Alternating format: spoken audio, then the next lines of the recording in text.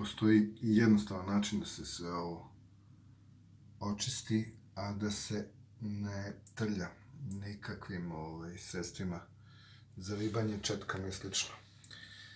Svako trljanje četkom ili nekim grubljim sunđerom, recimo onom drugom stranom za ribanje i tako dalje, pravi nove brazde na ovoj plastici i to znači da više nikad ne može da se to opere. Kad uđe ovaj kamenac odvratni u te otvore koje napravite, sitne grebotine koje napravite tim sunđerom, to više ne može se očistiti nikako.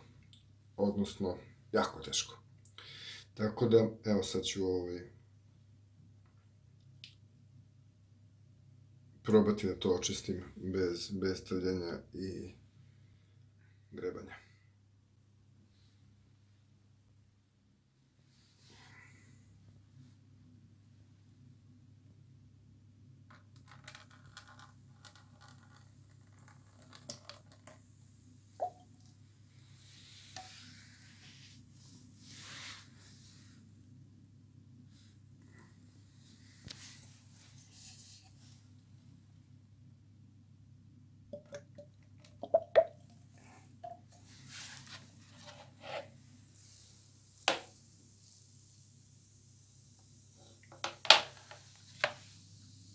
Ne znam da li se čuje kako ova kiselina već radi.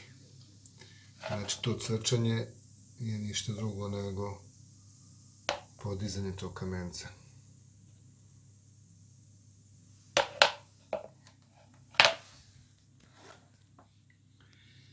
Nadam se vidi kako je nabubrilo, da tako kažem. Znači, kamenac se podiže, ovo je samo posle nekoliko desetina sekundi.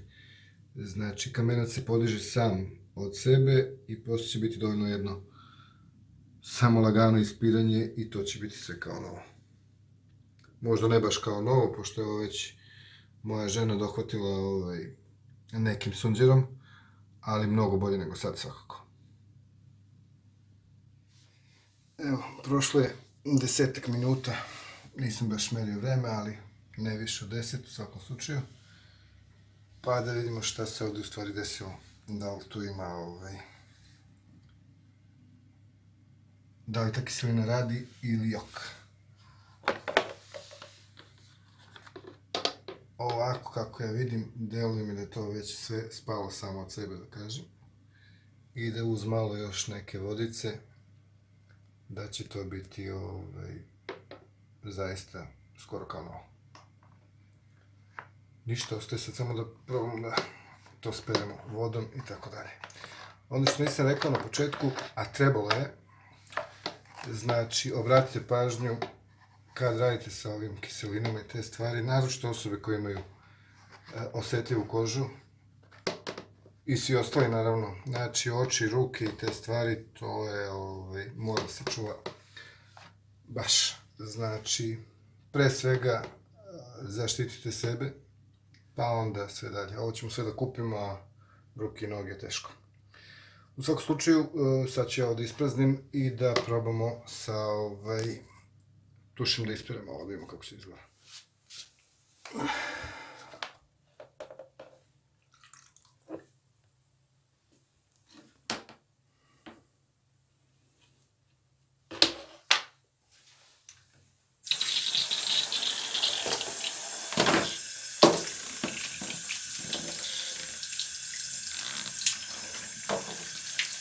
Evo, samo silazi sve.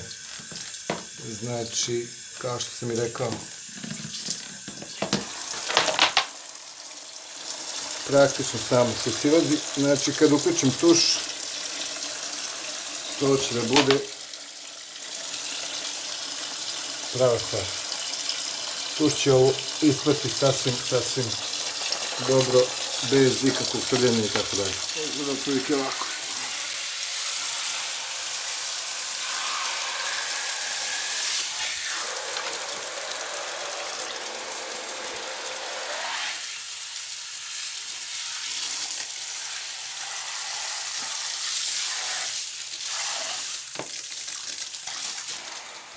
I evo, posle malo ispiranja,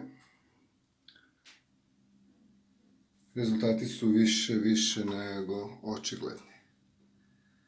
Ovo sad zaista nije tako loše, nije baš ni savršeno, kao što vidite ovdje u ovim delovima. Ostalo i dalje malo to kamenca, ali je ovo zaista značajno bolje od onoga što je bilo malo pre. Hoću da kažem da nešto može da ostane i za drugi put. Ja nisam ovo ničim trljao i ribao i tako dalje. Znači, samo ostaju da kiselina odradi svoje. Znači, ovi ostaci se vrlo lako skidaju. Tako da, plan je da ovo sad ubacimo u mašinu za sudove, gde će svi ovi tragovi i tako dalje, ovo što je ostalo, nestati kao da nikad nisu ni bili tu i da se u nekom relativno kratkom periodu ponovi ovo čišćenje, odnosno da se ne zapušta mnogo, jer je mnogo lakše, naravno, kad nema mnogo oštećenja. Ono što sam htio još da pokažem, to su ove sitne ogrebotine o kojima sam malo prepričao. To mislim da ne možete da vidite. Možda se sad i vidi. To je to struganje, čišćenje sunđerom i tako dalje. Te sitne ogrebotine na ovoj plastici prosto zadržavaju taj kamenac u sebi i onda to čišćenje nešto teže ide nego što bi trebalo. U svakom slučaju, moj predlog je da se ova plastika ne trlja nikakvim struganjem, nikakvi sunđeri, nikakve one. Jednostavno da se to ostavi ovako kako sam ja sad pokazao. Ima još načina da se očisti, znači još sredstava.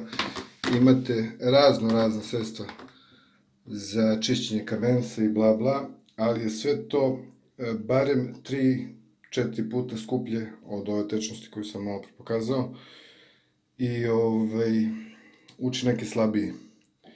Znači može da bude fancy i bla bla, ali ovo radi posao i ja sam raspoložen da to koristim i u buduće. Pozdrav!